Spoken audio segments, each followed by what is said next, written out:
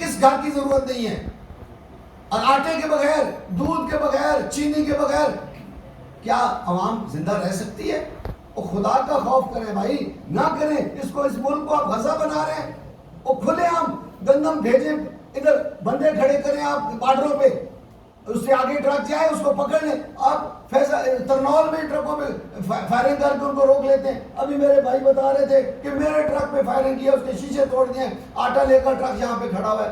تو نہ کریں اس ملک کے ساتھ مذاق۔ ادھر میں جیسے بات کر رہا تھا نا، یہ آپ جا کے دیکھ رہے ہیں، یہ باہر ٹریفک کا دفتر ہے، وہاں کرپشن کا بازار گرم ہے، پکڑ پکڑ کے لوگوں سے پیسے اندر لسانس بن رہے ہیں، جدھر جائیں ادھر یہی ہو رہا ہے۔ اچھا پھر کہتے کیا ہے؟ وہ جاؤ بھائی یہ پکڑو، فارم فل کر کے لے آؤ، میڈیکل کرا کے لے آؤ۔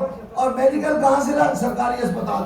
یار خدا کا واسطہ، اس میں یہ آٹے کا جو بحران ہے، آٹے کا جو بحران ہے اس وقت، اس کو فوری طور پہ حل کریں۔ اگر یہ شدت اختیار کر گیا تو ملک میں قلت پیدا ہو سکتی ہے۔ آٹے کی جب قلت پیدا ہو جائے گی تو پھر آپ کو کشمیر کی طرح اس کو سنبھالنا مشکل ہو جائے گا۔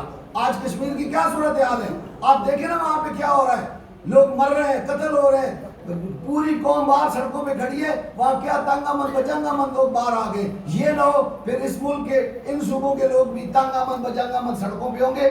برائے مہربانی اس ملک کے حالات کو ٹھیک کرنے کے لیے خدارا وزیر اعظم صاحب، اگر میری بات آپ تک جا رہی ہے، تمام صوبوں کے وزراء سے میری بات گزارش ہے، اور مل بیٹھ کر اس ملک کو فیڈریشن کے تحت چلائیں اور مسائل کا حل نکالیں۔ خدا کے لیے اپنی سیاسی چپکلچ کو ختم کریں اور عوام کا کچھ سوچیں۔ اس وقت عوام غربت کی لکیر سے نیچے چلتی جا رہی ہے۔